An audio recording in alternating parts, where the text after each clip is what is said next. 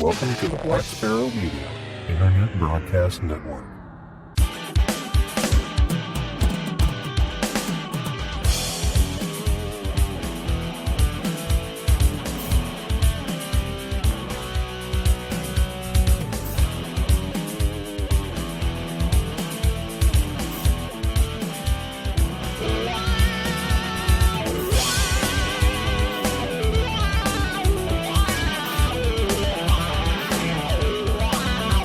You are listening to Linux in the Ham Shack. LHS is a podcast about Linux, open source, and amateur radio for everyone. Now here are your hosts, Russ, K5TUX, Cheryl, W5MOO, and Bill, NE4RD. Well, hello everybody and welcome. You have tuned in to episode number 520 of the most terrific amateur radio podcast on the internet. This is Linux in the Ham Shack and this is our short topics episode. So welcome one and all to this particular short topics episode. And I guess we should just go ahead and dive right in, as has been the case for, lots of months of house renovation. Cheryl, W5MOO, cannot join us again, but hopefully soon enough. But the two of us are here. I'm Russ, K5TUX. And I'm Bill, NE4RD. All right. Well, Bill is hot off a fundraiser for his theater community. So, theater community? Community theater, yeah. Well, community theater is I guess it's the same, community. yeah. Yeah, so thanks for correcting me when no correction was needed. But I guess Bill's a little punch drunk because he's up past his bedtime now, since we're recording a little bit late. And maybe just a little bit drunk. I don't know. Only fundraiser drunk. Come on, it's you got to grease the wheels a little bit in the fundraising community. It's trying times these days of getting people to open their wallets. So, it does take a little lubrication to get things going. But it was a great event. It was a lot of fun. All right. Well, very good. Well, since you're in the mood to talk and sell stuff, I guess we can put you on tap here for the first topic in our amateur radio segment for tonight. So what do we got? Absolutely. Yeah. This one comes from the ARRL, and this is Students Wanted. Talk to an astronaut via amateur radio in 2024. There's an opportunity for STEM education via amateur radio that will put students in contact with astronauts. The amateur radio on the International Space Station, also known as the ERAS program, is seeking formal and informal education institutions and organizations individually or working together to host an amateur radio contact with a crew member aboard the ISS. To maximize these radio contact opportunities, ERAS is looking for organizations that will draw large numbers of participants and integrate the contact into a well-developed education plan. The voice-only radio contacts are approximately 10 minutes long and allow students to interact with the astronauts through a question and answer session. The deadline to submit a proposal is November 10th, 2023. Proposal information and more details, such as expectations, proposal guidelines, and the proposal form can be found at www.eras.org.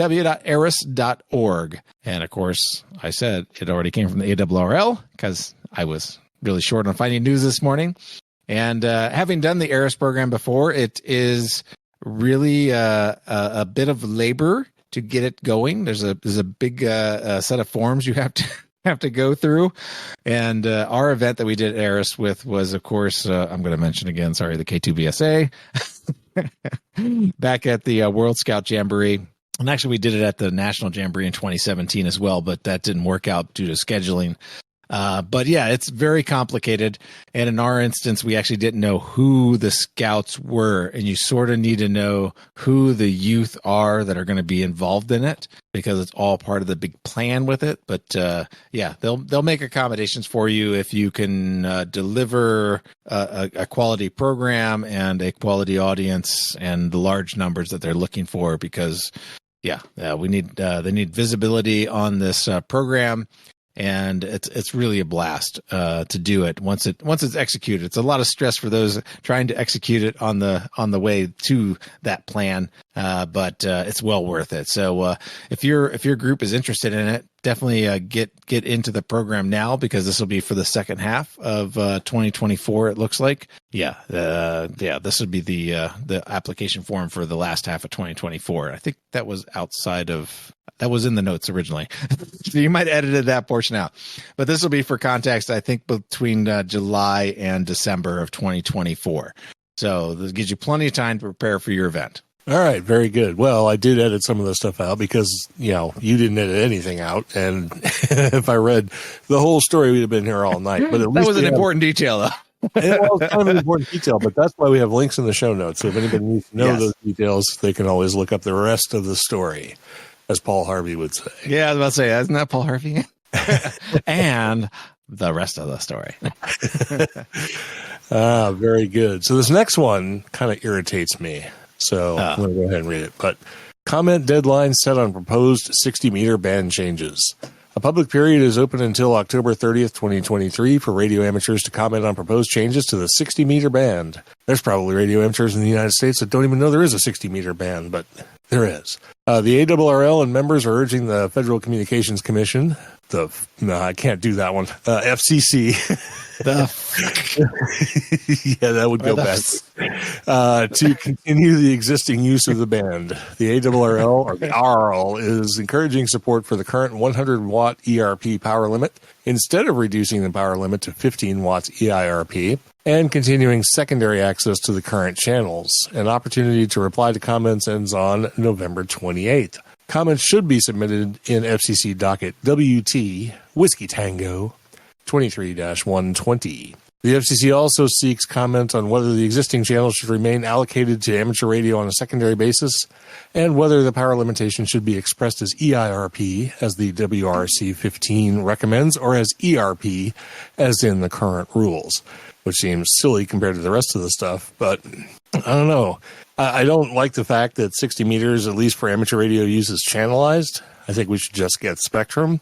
And the fact that we barely have Spectrum at all, and the FCC is already looking to revoke it, seems really irritating. So, I mean, it's not like everybody's hogging up the 60 meter band. I didn't even know what the primary allocation of 60 meters is. I probably should have looked that up before.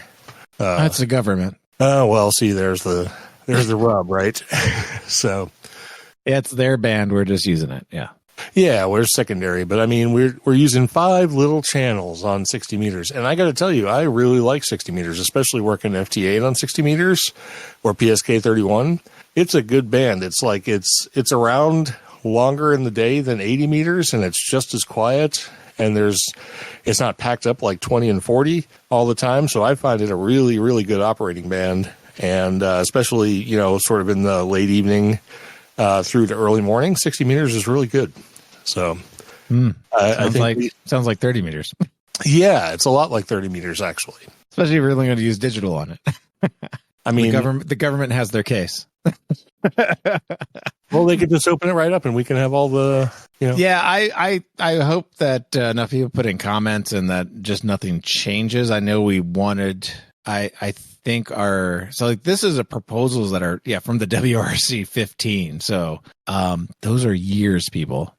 Yeah. So this is 2015 discussions that we're now just coming into fruition here. So yeah. Let's hope it doesn't change, because I know they've talked about 60 meters again in WRC 23. I think that just occurred, or maybe it was 21. I can't remember. But yeah, and I thought we were talking about more expanding 60 meters and getting rid of the channel allocations and maybe making some accommodations for that secondary use case, ensuring that we weren't exceeding 100 watts, even though we know people do. They're not rule followers, especially ERP, because nobody understands ERP. And, hey, on a good beam, QRP limit is ERP. Do the maths, people. Yeah, I don't know. I hope this goes, at least if it doesn't change, then I think we've succeeded. Otherwise, we might be set back for future WRC rulings, or what is it called? WRC, yeah. Yeah, a WRC. You tabbed and I have no idea where the thing went. I was like, where was the note? I can't see it because I thought it was WRC. But yeah, WRC. Yeah. So. Yeah, well, I guess I would definitely take it as a win if nothing changes for amateur radio use in the 60 meter band. So I guess we need to stand with the ARRL and make comments known. They're obviously going to do whatever they can to fight to keep our allocation at least the same, if not expand it. And I guess we'll see where that goes eventually. All right. Well, with that, we have better news, I guess.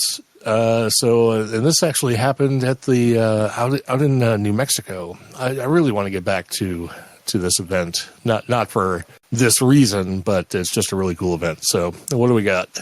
Oh, the eclipse thing. And you did change my notes a little bit. So I'm going to read it as is.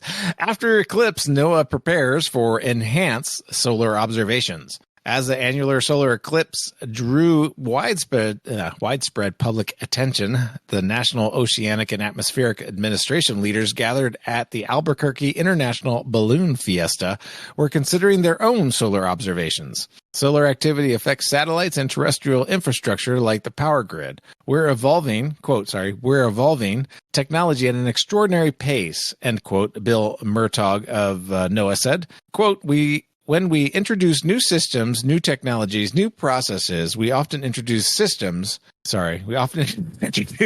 went back to the same line. We often introduce new vulnerabilities to space weather that we don't fully understand, end quote. Like the loss of 40 SpaceX Starlink satellites in February 2022 after a, quote, relatively minor geometric storm, end quote. The current 11-year solar cycle is expected to peak in 2025. So let me repeat that part. The current 11-year solar cycle is expected to peak in 2025. Take note of your watch, people. Regarding the current solar cycle, it could be worse. When measured by sunspots, solar activity has been ramping up faster and stronger, that's in quotes, than expected, Murtaugh said. Quote, but we haven't had any high-level storms hitting the Earth. There's been a lot of them just missing us. We've seen some great eruptions that have not been Earth-directed, end quote. And that was from Space News, and I know it was a little chopped up, and thank you for doing some editing. The part I was trying to highlight was that we are not quite into the peak of our solar cycle yet, so conditions are still good. And they're going to be good for a little while. And we should be concerned about these geomagnetic storms that are popping in here. And if they take out a few Starlink satellites, there's only like a few thousand of them in the air. So that's just a tiny percentage. But conditions are going to be good. Conditions may be wiped out by geomagnetic storms. Watch your K values and A values, of course, on your solar cycle stuff. And yeah. This has been a good solar cycle. I can't complain.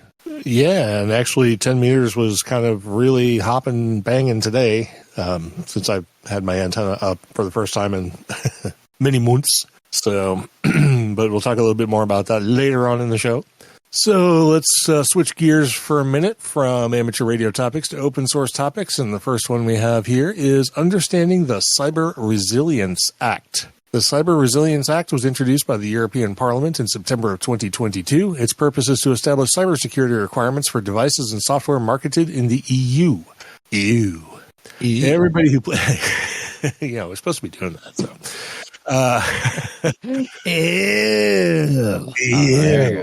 Everybody who places digital products in the EU market will be responsible for additional obligations around reporting and compliance, such as fixing discovered vulnerabilities, providing software updates, and auditing and certifying their products. The Act shifts much of the security burden onto those who develop software, but are OSS developers covered by the CRA?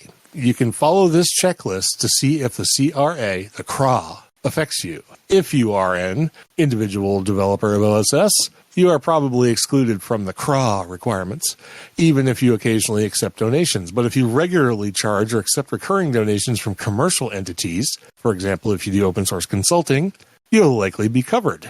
For nonprofit foundations developing open source, you will likely need to comply with the CRA requirements. However, there are some potential amendments to the CRA that, if passed, might exclude certain open source projects that have a, quote, fully decentralized development model, end quote, i.e. not controlled by a single company or entity. So, distributed development, I guess. And finally, for private company developers commercializing or supporting open source software, you will very likely be covered under the CRA. So, something to look forward to. No, it's not. I mean, something to look into. That's what I meant to say, not look forward to. Obviously, no one's looking forward to more regulation. Yeah. Yeah. So this is very reminiscent of what was the stupid like privacy thing that we had to introduce from the EU that started? Was a GPR? Oh, the cookie thing, the GPDR. Yeah, GPDR. I couldn't remember. I was trying to Google which acronym it was. But I think it's yeah. Good did good something. Yeah, one of those good. So yeah, this could be something that we definitely need to pay attention to. I was actually, when I put the story in there, I originally read the op-ed that we linked in the show notes. So the op-ed isn't the piece that I put in here. I actually put the Linux Foundations piece as the source topic for this. And the exposure to individual developers could change based upon how you monetize your code, if you monetize at all. And, there are monetization techniques within like GitHub itself, the star program and support program within there. So that could actually change your status quite rapidly if you gain enough traction. So you might not necessarily be an individual developer at some point. Yeah. I think if you do any development at all and have any code whatsoever on GitHub, this is something you need to probably spend a little bit of time paying attention to, because of things like the GPRD and stuff like that. GPRD or GRPD. It's GDPR, General Data Protection Regulation. GDPR. Yep. Yeah, there you go. GDPR. Sorry. GDPR. Yeah, because of things that we've had to change due to stupid regulation out in the EU or the EU. The EU. It wouldn't be a far-fetched thing that this would come, coming home to roost. So pay attention to this one if you have any code whatsoever that anybody possibly has touched or used in their application. Yeah, especially if you abandon it. That's probably more critical because, it takes like 5 minutes for a node project to be out of date. So, if you have a node project up there that you haven't updated your packages source or whatever, and you have a vulnerable package inside of it and you're sharing it as a package. Yeah. Just be careful. This is not good for open source in general because it does expose a lot of probably unknowing people to some exposure to risk and possible litigation downstream. It's not immediate, so this is the time to start paying attention to it and look at what groups like the Linux Foundation is doing to fight against it and ensure that individual developers are protected. It doesn't take much for your project to garner some interest where all of a sudden it's part of some commercial product, and now like you're the target of, they had a break-in to their data, and now they've found out that you were the vulnerable source, and now you're liable for, a $5 million intrusion. So go figure that one out. Yes. So keep an eyeball on this as we go forward. And we also have a link to an op-ed in the UK's Register newspaper regarding this regulation as well. So check that out. And even though you had a lot of commentary on that last story, I did the story, so you get to do the next story. Yeah. So this is a bookworm. Always like talking about worms and books. The new version of Raspberry Pi OS. It's an odd number year, so there is a new major Debian release, and we are now, not we, but the Raspberry Pi people are now releasing the corresponding version of Raspberry Pi OS. Debian Bookworm itself is mostly made up of incremental updates of the software that was in the previous Debian Bullseye release. There are a few small changes, but they mostly won't affect Raspberry Pi users. However, some important updates include the move to using Wayland rather than X11 as the display system. For Bookworm, we are using the compositor called Wayfire. If you boot a Raspberry Pi OS on a Pi 4 or 5, 5 already, we just talked about that, will now get you a Wayfire desktop. It should look pretty much identical to the desktop you are used to from Bullseye.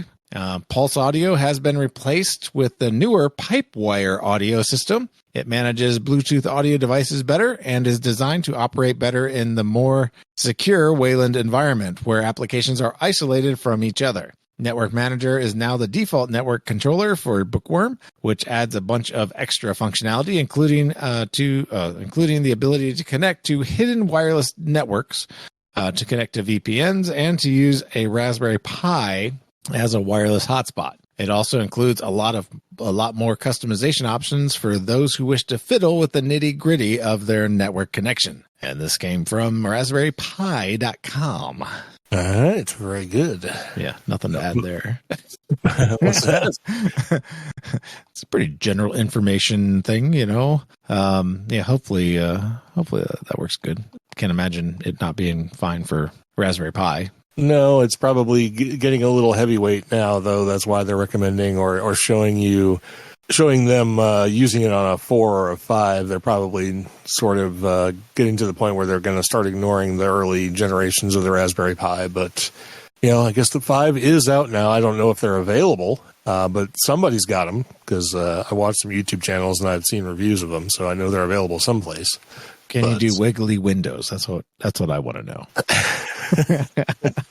If you're using a Raspberry Pi in that way, I think you've got different problems. But that's the one thing. My daughter looks at my gaming PC in the other room.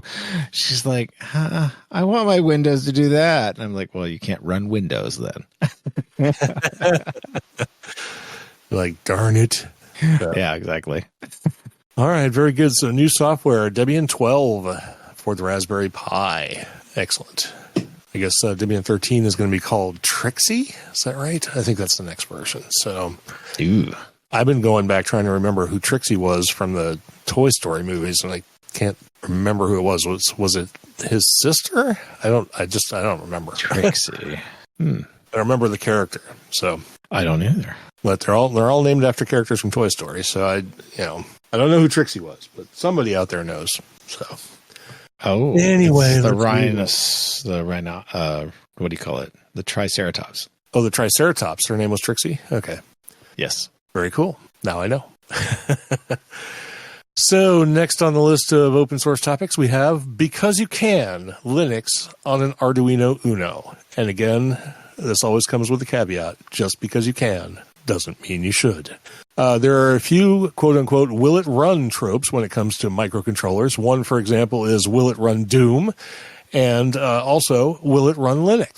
In one of the lowest spec examples of the latter, GV1610, or is that L610? I can't tell. It's an L, yeah. GVL610 has got an up-to-date Linux kernel to boot on a vanilla Arduino Uno. And your eyes didn't deceive you. That's a full-fat kernel rather than the cut-down Micro C Linux for microcontrollers.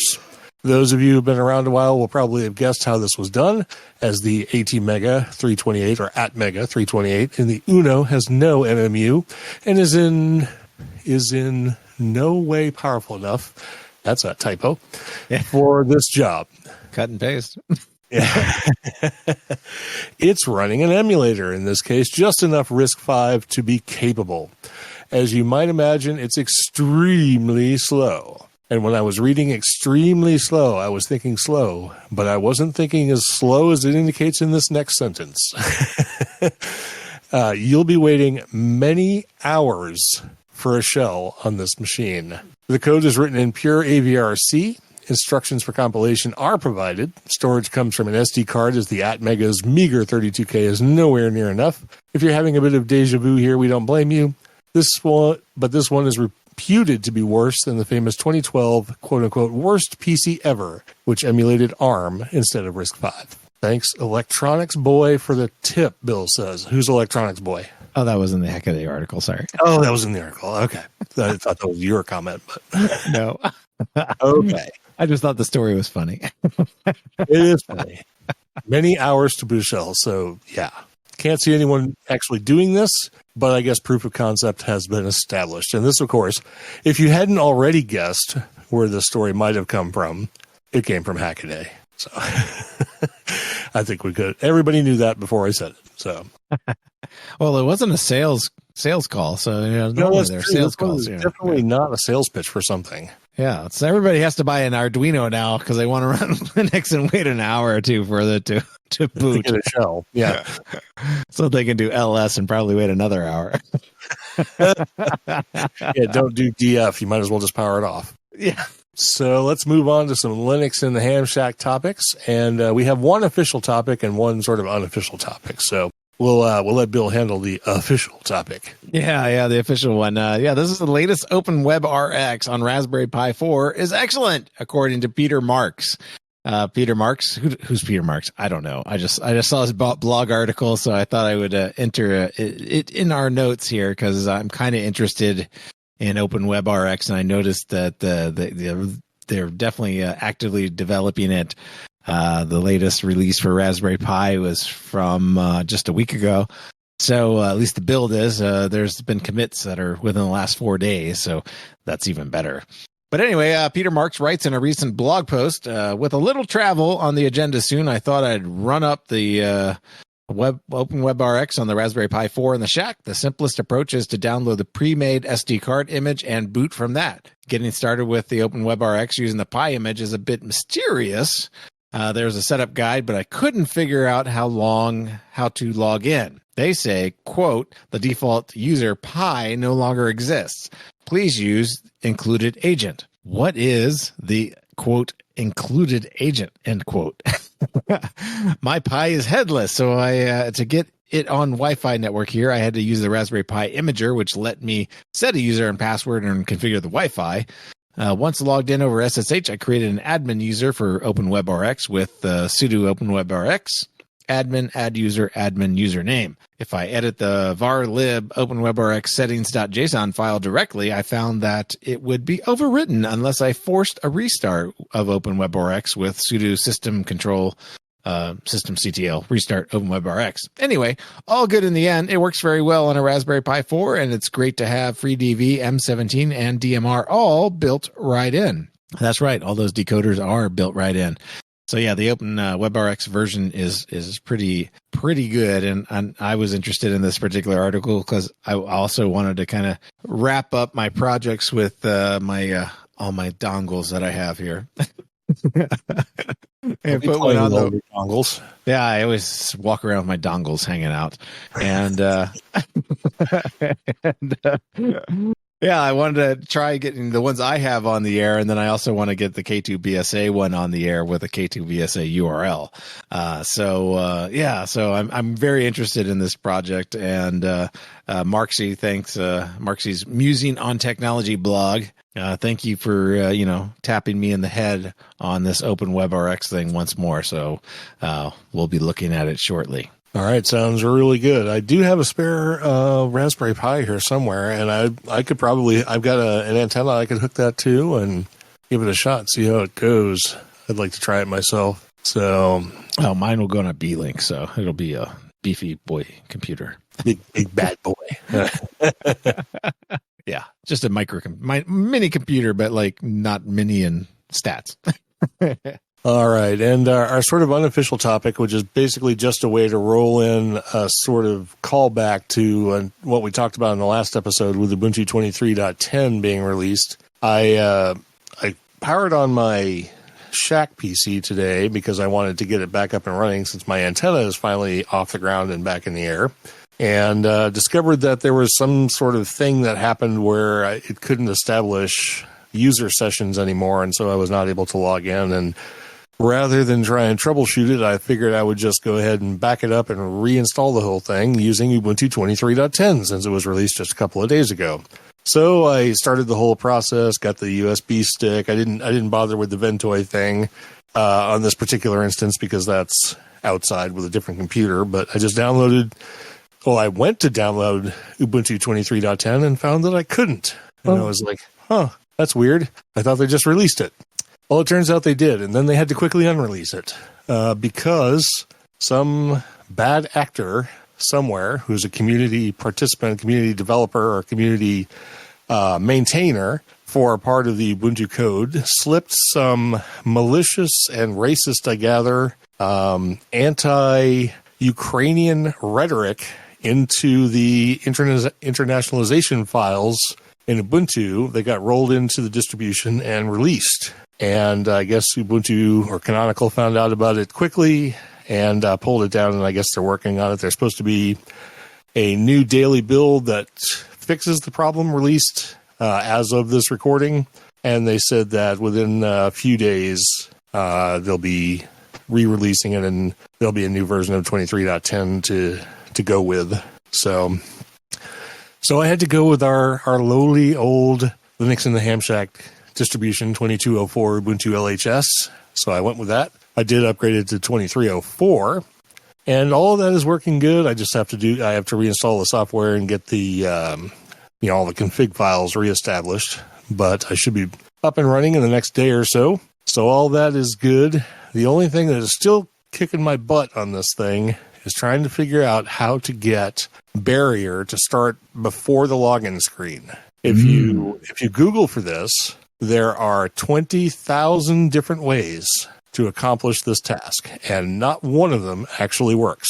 So if anybody has a line on how to, on an Ubuntu 23.04 system, get Barrier as a client, by the way, because it's using a remote keyboard and stuff on a different machine than I have. So I have to start it up as a client, and I would really love it to start up pre-login so that I have access to the KVM before I need to log in, so I can use the remote computer's keyboard and mouse and everything and not have to keep my keyboard handy just to log in, then use Barrier, because that's a real pain in the ass. So, like I said, if you Google for this, you'll find 100,000 answers. And like I said, haven't found one that works yet. Probably the same ones that work for Bluetooth keyboards and mice. I've had the same experiences. Like, occasionally the system boots up and it does not want to launch Bluetooth ahead of the login screen and attach to the devices that were attached in user space. I've never found something that fixes that. So I've always had a plugged in keyboard. That's sort of a hot spare. Kind of slid on the desk somewhere. It's like, oh, let me pull that out and log in. Okay, now I can talk to my wireless devices. It's like, what a pain in the butt. Yeah, I used to have it working on some system somewhere along the line. I don't remember what version of Linux I was running at that time, but it can be done. I just need to figure out how. Yeah. And other people claim they've figured out how, but they've not been able to communicate that successfully to me. So if anybody has any insight, please send it my way. But otherwise, the system works great. I'm actually running on a really old, at this point, Intel-based Mac. I think it's an early 2011 Intel Mac. Probably 2010, right? Or 2010, something like that. But I think mine's the mid 2011 or something like that, and I think that was the only ones they released in 2011. Okay, yeah, so it's somewhere in that vintage for sure. But it's still a perfectly good machine for my shack, so just got to get this one little bugaboo taken care of, and I'm going to be using the thing whether I get this Barrier problem fixed or not, but it would be nice to get it taken care of. Yeah, I definitely have a use case for a Barrier here as well, but I have not done it just because I don't want to deal with it. Oh, and you still have to deal with the fact that it only runs on X. And remembering that later versions of Ubuntu default to Wayland, you have to log in with the X server, not Wayland, in order to get it to work at all. And then, well, isn't 2310 Wayland? Yes, but they still have X. Oh, okay. You just have to switch. But yeah, I was about to say, because I thought they were going towards. I don't know Wayland. about 2310. 2304 still has X. No, I thought 2310 was heading towards Wayland because they're converting 2404 to Wayland. Well, then Barrier needs to get their crap together so they can run on Wayland. Yeah. Okay, well, that's all I really had to say about that. We got our little thing in about 2310 and all that good stuff. So, all right. Well, that brings us down to the end of our topics for this episode. But we do have one announcement, unless Bill has one that he wants to hit before I get to this one. I'm good. Okay. So it turns out that Bill is going to be out of town next week because he was planning on going to Washington State to go to the Northwest Linux Fest, which isn't happening, but he's still going to Washington. So he's going to be out of pocket. And then I will be out of pocket the next 2 weekends after that, because the first weekend I'll be going to Pittsburgh, and then the weekend after that I'll be up in New Hampshire again. So that means we will not be recording for the next 3 weeks. And our next recording after this one will be on the 12th of November. So just wanted to make sure everybody was aware of that and not hanging around waiting for us to record for the next 3 weeks, because we will not. Apologies for the fact that we've got stuff that happens on weekends and won't be around, but I assure you we'll have a good solid month of content after that before we take our winter break. Can't believe we're getting to winter break time already. Yeah, I know. That's crazy. That is still a month and a half away. All right, that's all I've got. I didn't see any feedback. We do have some new subscribers, supporters, and live participants. So, all right, Bill, you might as well go ahead and hit this time. So we have no new subscribers or Patreons, but we appreciate all the ones we do have. Thank you very much for your donations. Facebook, we have 17 new followers that are unnamed because of the weirdness of Facebook and how they handle their new followers. At some point, we'll figure out the new system, but for now, thank you, the 17 new followers. On Twitter or X, we have Dr. Swan 59 and at Stan KB5SR. On Instagram, we have Papa Yankee 1 Zulu Bravo. On Mastodon, we have Mash 369, Mike 0 Papa Whiskey X-Ray, Hawaii, DB7 Bravo November, Womble, and Victor Echo 3 Quebec Bravo Zulu. On YouTube, we have quite a few new subscribers. Golan Didier, Abby Synth, Greeklish 21, Some Ginger, Paul Culbertson, and John Best. On the mailing list, we've added Jason, WV3V. On Discord, we have 26TD29 and Radnor. On live chat, because we are recording at a very, very weird time, we actually have one more to add there, but we have Darren, VK6EK, Ted, WA0EIR, and Steve, KA7HVT. Yeah, well, that does it for this episode. And, I hate to say it that this is going to be the last episode for a little while, but unfortunately, there's really no way around it. I'm not going to have any way to record from Pittsburgh or from New Hampshire. And I'm sure Bill really doesn't want to record when he's, spending time with the wife out in Washington. So, actually, we'll probably be in the airport at that for the Sunday night. Yes. Well, would not be very conducive. Exactly. So, and I'll be on the 5th that weekend. I'll actually be driving back this way, and the other one I'll actually be in conference because the conference is actually on Sunday.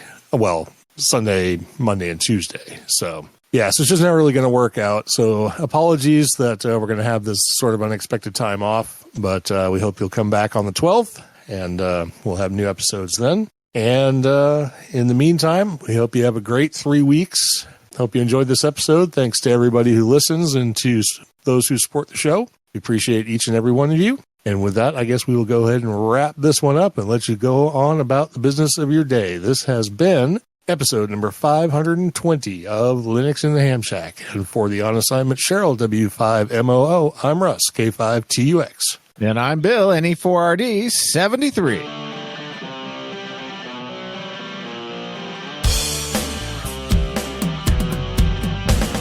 Thank you for listening to this episode of Linux in the Ham Shack. LHS is a community-sponsored podcast. Our website is located at lhspodcast.info. You can support the podcast by visiting the LHS Patreon page at patreon.com/LHS Podcast or by using the contribute list on the homepage. We have a presence on Discord, Facebook, IRC, Twitter, and YouTube. You can also drop us an email at info@lhspodcast.info or leave us a voicemail at 1-909-LHS-SHOW. That's 1-909-547-7469. Visit the online LHS merchandise store at shop.lhspodcast.info for fun and fashionable show-themed merchandise. Until next time, remember to always heed your hedonism.